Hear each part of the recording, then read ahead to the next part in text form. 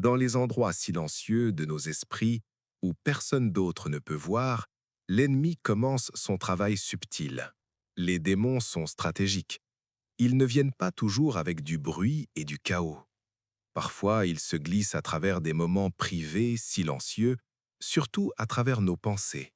La masturbation, souvent, ne commence pas avec l'acte lui-même. Elle commence bien avant, avec un regard, un souvenir, une tentation plantée comme une graine. Et où cette graine prend-elle racine? Dans l'esprit. C'est là que se trouve le vrai champ de bataille. Satan sait que s'il peut contrôler tes pensées, il peut influencer tes actions. Le diable n'a pas besoin de défoncer la porte de ta vie, quand il peut chuchoter par la fenêtre de ton imagination. Et lorsque tu laisses ces images lubriques vivre sans contrôle dans ton esprit, elles commencent à grandir. Tu peux penser que c'est innocent, juste une pensée passagère, juste une fantaisie, mais les démons utilisent ces pensées comme des hameçons. Ils t'appâtent, t'emmènent plus loin et finissent par t'entraîner dans l'esclavage. C'est pourquoi l'Écriture dit en 2 Corinthiens 10, 5 que nous devons amener toute pensée captive à l'obéissance du Christ. Parce qu'au moment où nous cessons de garder nos esprits, nous permettons à l'ennemi d'entrer. La masturbation devient une porte non seulement vers la gratification physique, mais vers la vulnérabilité spirituelle. Les démons exploitent cela parce qu'ils comprennent comment cela isole. Ce n'est pas seulement une habitude privée, cela devient une prison privée. Ils n'ont pas besoin de chaînes autour de tes mains quand ils ont déjà enchaîné tes pensées. Et une fois qu'ils obtiennent un point d'appui dans ton esprit, ils commencent à chuchoter des mensonges. C'est normal, tout le monde le fait. Dieu comprend. Mais ce ne sont pas les paroles de ton Père au ciel.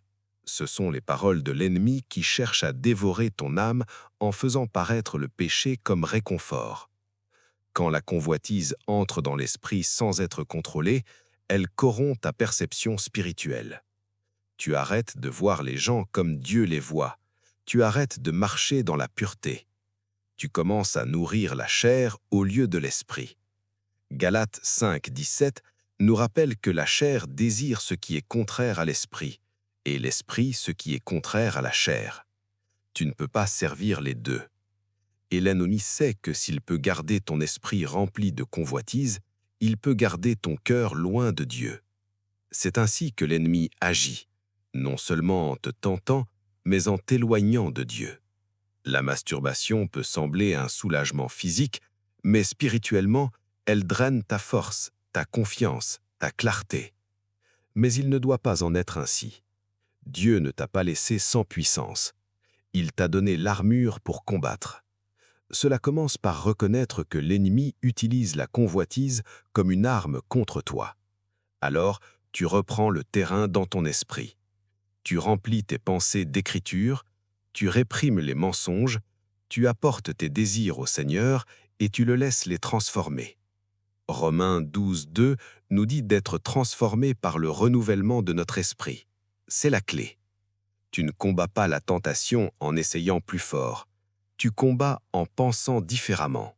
La bataille commence dans l'esprit, et c'est là que la victoire commence aussi.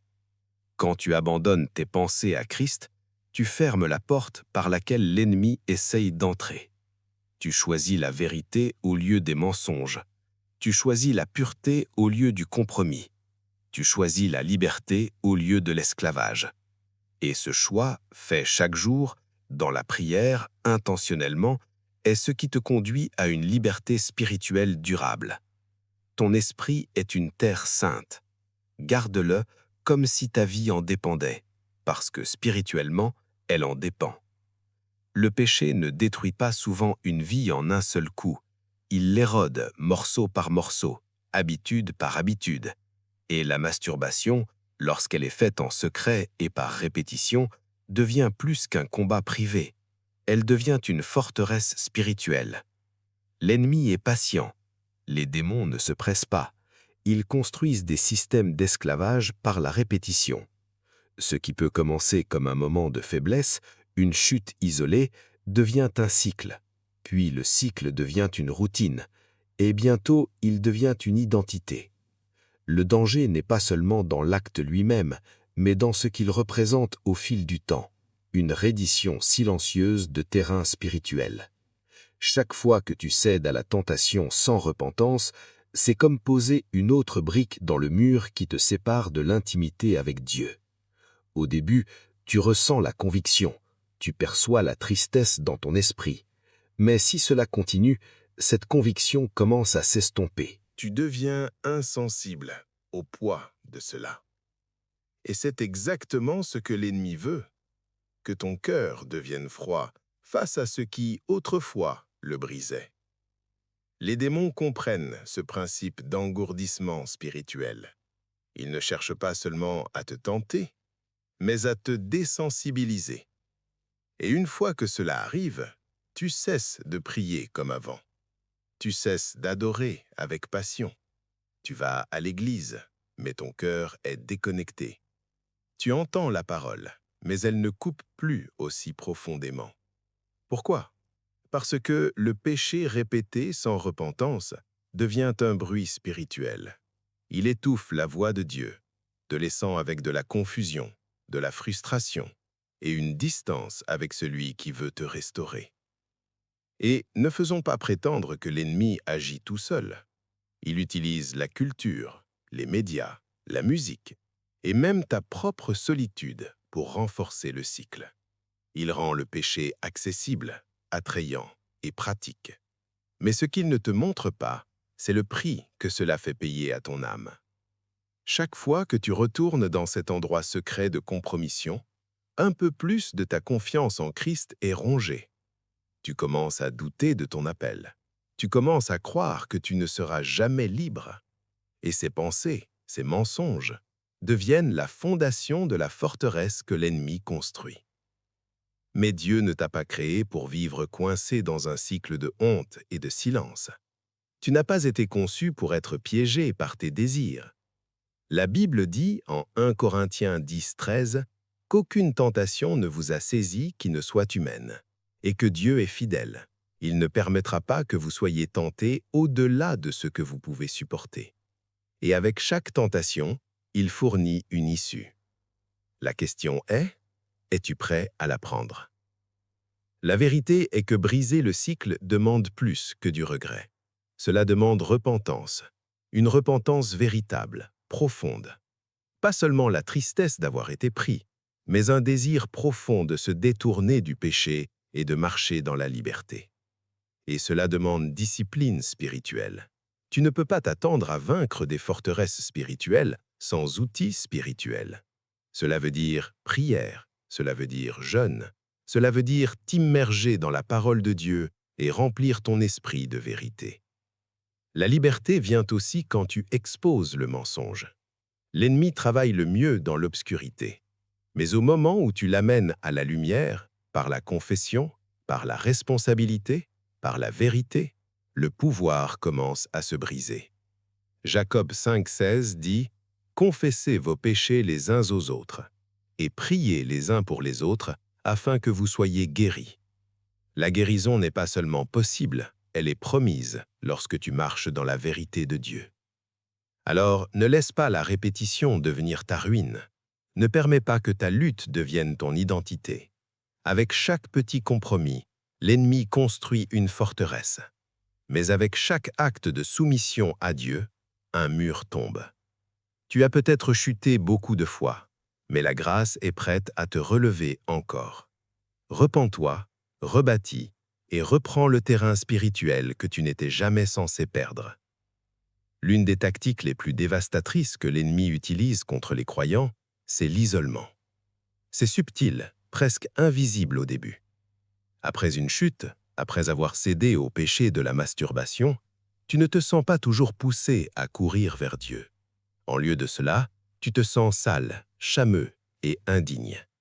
Et cette chame, cette culpabilité, devient une barrière entre toi et celui qui t'aime le plus. Les démons prospèrent dans cet espace. Ils se nourrissent du secret. Ils aiment le silence.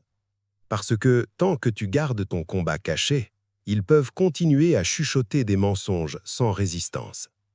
L'ennemi sait qu'il ne peut pas t'arracher de la main de Dieu. Alors, il te convainc de t'éloigner dans la honte. Il te dit « Tu n'es pas digne de prier ». Il te convainc que ton adoration ne signifie rien. Il murmure « Tu as échoué trop de fois. Dieu a détourné de son visage de toi ». Et si tu crois ce mensonge assez longtemps, tu commences à vivre comme s'il était vrai. C'est ainsi que commence la déconnexion spirituelle. Non pas parce que Dieu s'est éloigné, mais parce que tu crois qu'il l'a fait. Tu arrêtes de prier, tu hésites à ouvrir ta Bible. L'Église devient un lieu de jugement, au lieu de guérison. Et même si l'Esprit de Dieu t'appelle encore, t'attire à revenir, tu te sens trop honteux pour répondre. C'est le piège. Le diable n'essaie pas seulement de te faire pécher, il essaie de te faire croire que ton péché te disqualifie de la grâce. Mais l'Écriture nous rappelle, dans Romains 8:1, « Il n'y a donc maintenant aucune condamnation pour ceux qui sont en Jésus-Christ. » La condamnation est l'arme du diable, pas celle de Dieu. Le Saint-Esprit te convainc pour te rapprocher de Dieu, mais Satan te condamne pour te garder loin de lui. Ce sentiment de lourdeur, de coupure, ne vient pas de ton Père, c'est l'ennemi manipulant tes émotions pour construire une distance entre toi et la présence de Dieu. Et dans cette distance, les démons parlent plus fort. Ils amplifient tes échecs. Ils te font croire que tu es le seul à lutter. Mais la vérité, c'est que beaucoup de croyants se battent en silence, non pas parce que Dieu ne veut pas aider, mais parce que la honte a réduit leurs cris au silence. C'est pourquoi l'ennemi se bat si fort pour te garder isolé, parce qu'il sait ce qui arrive quand tu reviens à Dieu. Il sait le pouvoir de la repentance, la liberté de la confession et la guérison de la grâce. S'il peut te garder caché, il peut te garder lié. Mais au moment où tu entres dans la lumière, les chaînes commencent à se briser. Tu n'as jamais été destiné à marcher ce chemin tout seul. Le plan de Dieu a toujours été la communauté, la communion et la connexion avec lui et avec d'autres qui peuvent marcher avec toi. Tiago 5,16 dit « Confessez vos péchés les uns aux autres et priez les uns pour les autres afin que vous soyez guéris. » La guérison commence quand tu parles, quand tu ouvres ton cœur, quand tu arrêtes de te cacher et que tu recommences à faire confiance à Dieu. L'isolement est un terrain fertile pour la décadence spirituelle, mais la connexion est l'endroit où commence le réveil. Dieu n'attend pas que tu sois parfait, il attend que tu rentres à la maison. Il n'est pas en colère contre toi, il est attristé par ta distance et il t'appelle à revenir avec des bras pleins de miséricorde et un cœur plein d'amour. Ne laisse pas la culpabilité t'éloigner de la grâce qui est librement disponible. Ne laisse pas les mensonges de l'ennemi te garder enchaîné alors que Jésus est mort pour te libérer. Plus tu te rapproches de Dieu, plus le péché devient petit et plus sa vérité parle fort au-dessus de chaque mensonge. Tu n'es pas ton combat, tu n'es pas ton échec. Tu es un enfant de Dieu, aimé, recherché et restauré par la grâce. Dieu a conçu le sexe comme quelque chose de beau, sacré et puissant, un don divin destiné à être partagé dans l'alliance du mariage. Mais lorsque les démons tordent ce don en un outil d'auto-gratification, ils commencent à déformer non seulement nos comportements, mais aussi notre compréhension de l'amour, des relations et du plan de Dieu pour la pureté. C'est ainsi que l'ennemi agit, non pas en retirant ce que Dieu a créé, mais en le corrompant jusqu'à ce qu'il serve un but complètement différent. La masturbation, surtout lorsqu'elle est poussée par la convoitise et la fantaisie, déplace notre perspective de la vérité de Dieu vers la version du monde de l'amour. Elle nous dit que l'intimité peut être centrée sur soi, que le plaisir peut exister sans responsabilité, que le désir n'a pas besoin de limites. Et avec le temps, cet état d'esprit n'affecte pas seulement le corps, il déforme le cœur. Il commence à changer la façon dont tu vois les autres, la façon dont tu interagis dans les relations et la valeur que tu accordes au standard de Dieu pour la sainteté. Vois-tu, l'ennemi veut te convaincre que la pureté est dépassée, qu'elle est restrictive, que ton corps t'appartient et que tu peux en faire ce que tu veux. Mais l'Écriture raconte une toute autre histoire. 1 Corinthiens 6, 19, 20 dit « Ne savez-vous pas que votre corps est le temple du Saint-Esprit qui est en vous? Vous ne vous appartenez pas, car vous avez été achetés à un prix. Glorifiez donc Dieu dans votre corps. » Quand tu t'engages dans une autogratification lubrique, tu ne fais pas seulement du mal à ton corps ou à tes émotions, tu détournes un vase qui a été acheté par le sang de Christ. Les démons utilisent la masturbation comme un moyen de nous détacher du plus grand but de Dieu. Elle entraîne le cœur à rechercher un soulagement temporaire au lieu d'une intimité durable. Elle encourage la gratification rapide plutôt que l'engagement profond. Elle dit que la satisfaction se trouve dans la solitude plutôt que dans l'alliance. C'est pourquoi beaucoup de personnes prises dans ce cycle trouvent plus difficile de développer de vraies relations durables et gaudistes. L'ennemi utilise cette distorsion pour te garder coincé dans une boucle, incapable d'aimer pleinement les autres et incapable de recevoir pleinement l'amour de Dieu. Mais ce n'est pas seulement à propos des relations humaines. Quand ta vision de la pureté se brise, ta vision de Dieu se déforme aussi. La sainteté commence à sembler un bardeau au lieu d'une joie. L'adoration semble fausse. Tu te sens indigne d'entendre sa voix ou de te tenir dans sa présence. Et plus ta compréhension du plan de Dieu est tordue, plus l'ennemi resserre son emprise. C'est son objectif, non seulement te tenter physiquement, mais de blesser spirituellement. Pourtant, même au milieu de la distorsion, il y a de l'espoir. Dieu ne te laisse pas dans ta confusion. Il parle vérité au-dessus des mensonges. Il te montre ce qu'est le vrai amour, sacrificiel, patient, saint. Il te montre ce qu'est la vraie intimité, un reflet de sa relation avec son peuple, pas seulement un moment de plaisir. Quand tu reviens au plan de Dieu, tu ne fais pas seulement dire non au péché, tu dis yes à quelque chose de plus grand, de plus plein, de plus éternel. Cela demande de l'intention pour réentraîner ton cœur. Cela demande l'écriture pour renouveler ton esprit. Cela demande le Saint-Esprit pour purifier tes désirs. Mais c'est possible. Tu peux vivre libre de la distorsion. Tu peux aimer avec pureté. Tu peux marcher dans la joie du plan de Dieu. Ne laisse pas l'ennemi détourner ce que Dieu a créé pour le bien. Réclame ton identité, ta pureté et ton propos. Parce que lorsque tu marches dans la vérité, les mensonges perdent leur pouvoir. L'un des dangers spirituels les plus négligés de la masturbation est la façon dont elle crée une dépendance, non seulement à l'acte lui-même, mais à l'évasion émotionnelle et psychologique qu'elle procure. Ce qui commence comme un moment de soulagement physique peut rapidement devenir un mécanisme d'adaptation à la solitude, au stress, à la tristesse ou même à l'ennui.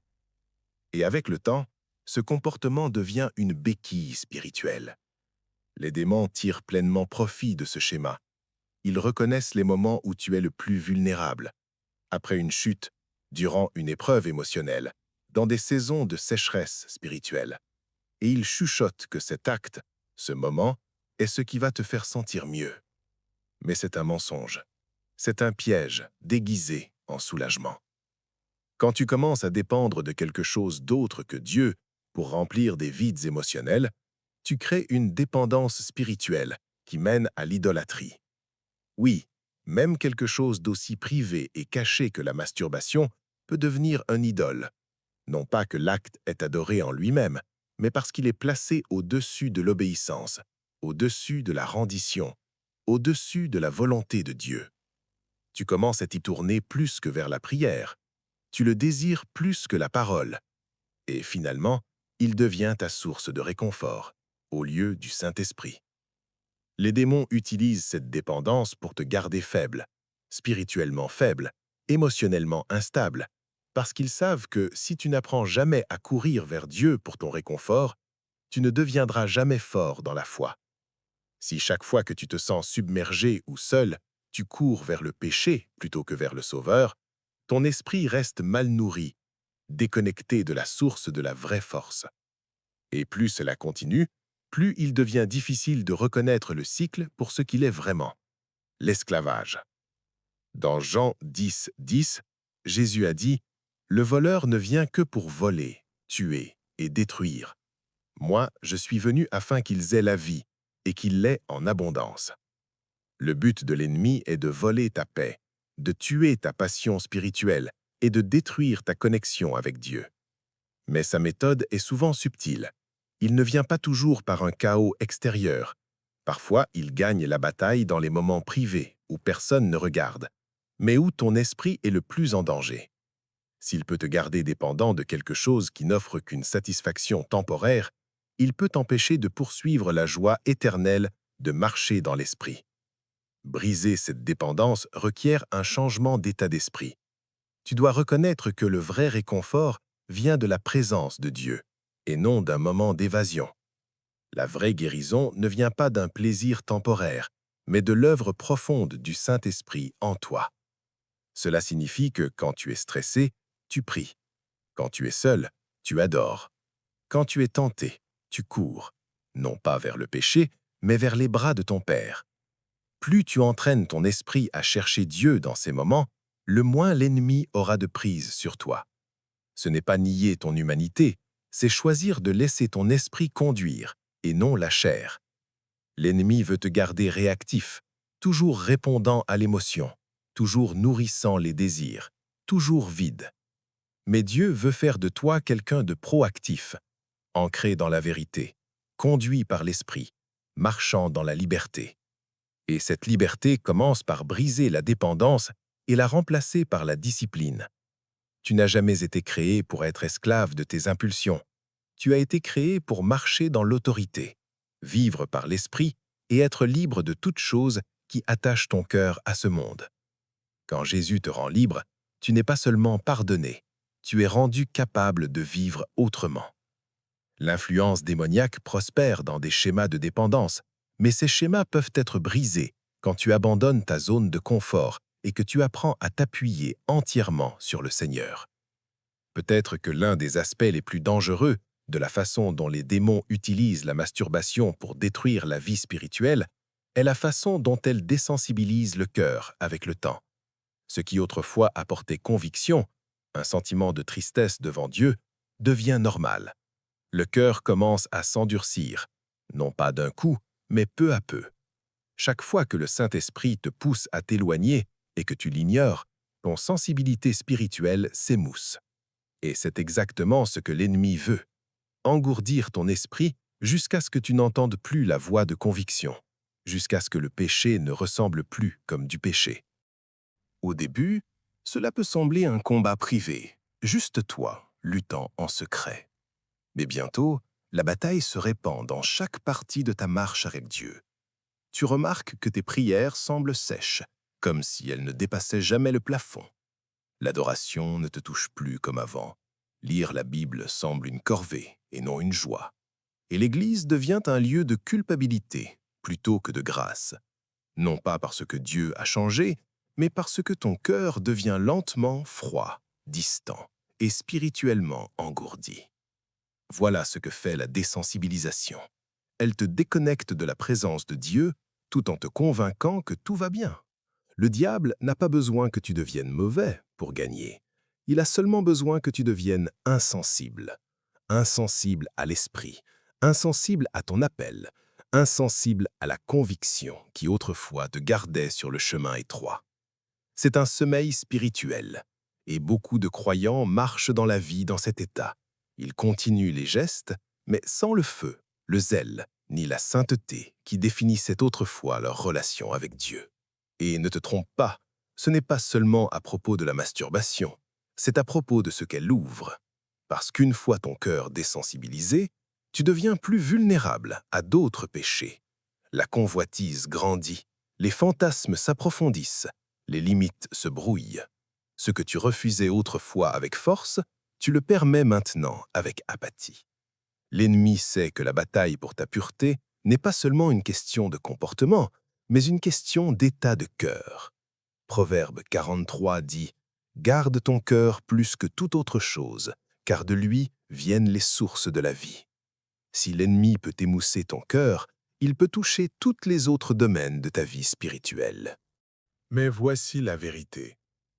Peu importe à quel point tu es allé loin, peu importe à quel point ton cœur est devenu engourdi, l'Esprit de Dieu t'appelle encore à revenir. Sa grâce n'est pas limitée par la durée de ton esclavage. Sa puissance n'est pas réduite par le nombre de tes chutes. Le même Dieu qui a insufflé la vie dans des eaux secs peut souffler le feu dans un cœur froid. Mais tu dois vouloir être honnête, vouloir crier à lui, vouloir lui demander d'adoucir ce qui est devenu dur. Parfois, cela signifie jeûne et prière. D'autres fois, cela signifie responsabilité et confession. Mais surtout, cela signifie revenir constamment dans la présence de Dieu, même lorsque tu n'en as pas envie. Parce que les sentiments ne sont pas la fondation de ta foi, la vérité l'est. Et la vérité est que Dieu peut restaurer ce que l'ennemi a volé. Il peut rallumer ton cœur, renouveler ton esprit et faire de la sainteté ton désir au lieu de ton fardeau. N'attends pas de te sentir spirituel pour revenir vers Dieu. Reviens, afin qu'il te rende spirituel à nouveau. Il n'est pas intimidé par ta faiblesse. Il n'est pas surpris par ton engourdissement. Il est prêt à te restaurer au moment même que ton cœur se tourne de nouveau vers lui. Même après la chute, il court à ta rencontre avec miséricorde, avec puissance et avec un amour qui n'abandonne jamais.